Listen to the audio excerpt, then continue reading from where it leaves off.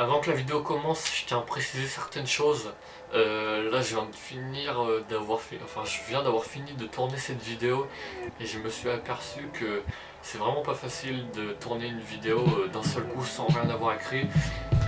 Du coup, au fil de la vidéo, je vous demanderai de me donner des conseils. Je vous demanderai de me donner des conseils pour améliorer les qualités de la vidéo, ne serait-ce qu'en temps de parole et en communication, parce que c'est pas facile. Donc par exemple, vous me direz si je devrais peut-être écrire mes vidéos à l'avance ou laisser comme c'est, de parler à chaud du film, de ce que je connais avec mes connaissances et de faire la vidéo comme je l'ai fait maintenant. Et aussi pour parler du personnage, si je vous parle entièrement de l'histoire du personnage, ou je vous en parle seulement qu'un petit peu et je vous mets un lien dans la description, enfin ça j'en parle dans la vidéo, mais je compte sur vous pour me dire ce que vous attendez dans une prochaine vidéo dans ce style. Sur ce, bonne vidéo. Voilà, c'est fini. Salut tout le monde, donc on se retrouve pour une nouvelle vidéo. On va parler de Venom qui sort en 2018. Donc sincèrement, j'ai vraiment très hâte que ce film sorte parce que comme vous le savez, je suis un très grand fan de Marvel et surtout de Spider-Man. Donc ce qui va être dans les alentours de Spider-Man, vous savez aussi bien que moi que... Enfin, je sais pas si vous le savez, mais en gros, je m'y connais vraiment très bien. D'ailleurs, je sais pas si on voit là. Bah oui, parfait. Enfin, là, il y a du Spider-Man. Après, il y a que du Deadpool. Et que du Deadpool pour je sais pas pourquoi j'en reviens. Et d'ailleurs, mon caméscope, il est posé sur une dizaine de livres Spider-Man, Ultimate. Ça, j'ai adoré la série.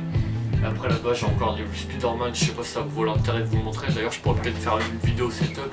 Même si c'est pas un setup exceptionnel, mais vous pourrez voir dans quelles conditions je travaille mes vidéos.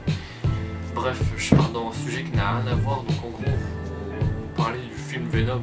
Donc ça va être un film qui va se baser seulement sur Venom. Donc c'est vraiment un film que j'ai très hâte de voir. Parce que Venom, c'est quand même un personnage, on va dire charismatique, mais c'est un personnage qui dans l'univers Marvel a une très grande importance. Après, je sais pas si je vais pouvoir comparer, à l'heure de tout de suite, on ne peut pas comparer le comics au film qui va sortir parce qu'on ne sait pas dans quel délire ils vont partir. Il n'y a pas de bande annonce, il n'y a rien, comme le film il est prévu pour l'année prochaine. D'ailleurs, c'est ce que je répète depuis le début de cette vidéo, qu'il arrive l'année prochaine, ça commence à être très répétitif.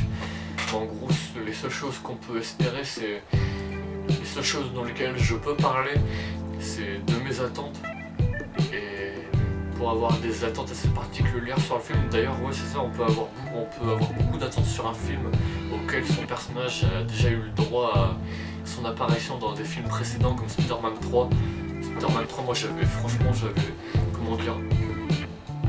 adoré l'histoire de Venom, comment elle a été retranscrite ou retransmise dans le film.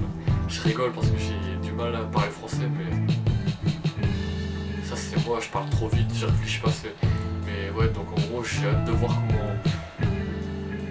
Oh, je me suis embrouillé, mais en gros je disais que j'ai hâte de voir comment les idées vont être retransmises. Parce que dans Spider-Man 3, donc ouais, je le disais, l'histoire elle était vraiment super bien faite. Le personnage, on le retrouvait vraiment comme dans celle du comics. Après, vous savez, Venom à la base c'est un mec qui travaille en tant que journaliste au Daily Bugle et en plus tout lui son délire c'est absolument d'enterrer Spider-Man, enfin pas de le tuer mais de l'enterrer, de faire en sorte que Spider-Man on le voit très mal. D'ailleurs je crois que c'est ce que James, Jonathan, bref vous voyez le délire, leur patron, il essaie de faire depuis le début. Et quand Spider-Man ou Peter Parker, après je vais peut-être me tromper sur certaines choses, hein, mais en gros il va le démasquer et prouver que c'est totalement faux ce qu'il montrait, il va se faire renvoyer. À partir du moment où il va se faire renvoyer, le mec il va plus réussir à trouver de travail, vous voyez.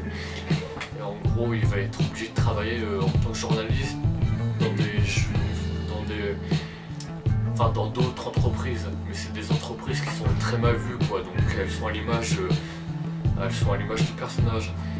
Et là je vous parle vraiment trop du personnage, mais brièvement en gros le mec avec le stress et tout ce qu'il a accumulé, il a un cancer qu'il n'arrive pas à guérir et suite à sa dépression il va faire de la muscu, vous voyez, comme moi vous voyez en gros des gros muscles et tout.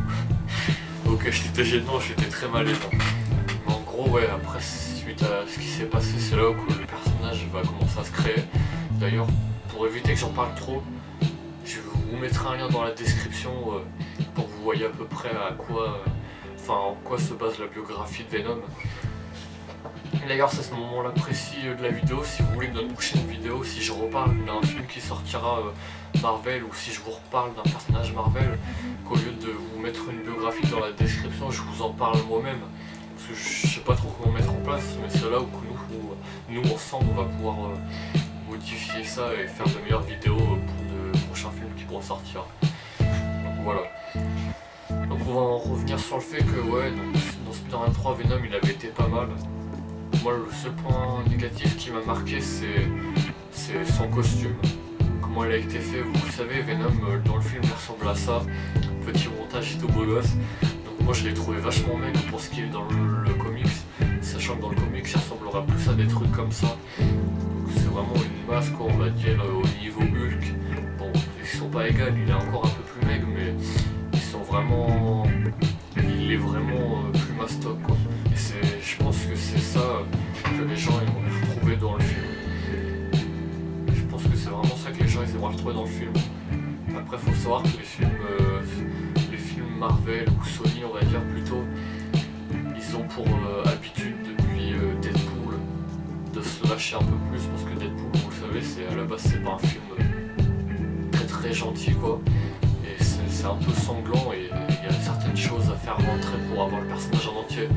Son Deadpool il n'y a rien à redire. Du coup c'est pour ça, après il y a eu Wolverine qui a retrouvé un peu plus de peps. Que j'ai pas vu, je vais pas vous mentir, j'ai juste vu la bande-annonce, mais il y a l'air d'y avoir plus d'ambiance que ce qu'il y avait avant. Donc voilà, après en espérant que ces films-là puissent apporter que du bois Venom.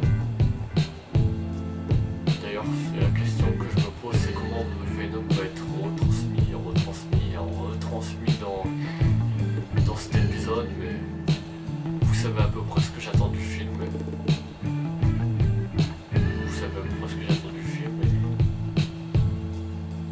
D'ailleurs, je vais vous demander, je sais pas si vous connaissez Venom, mais qu'est-ce que vous y attendez?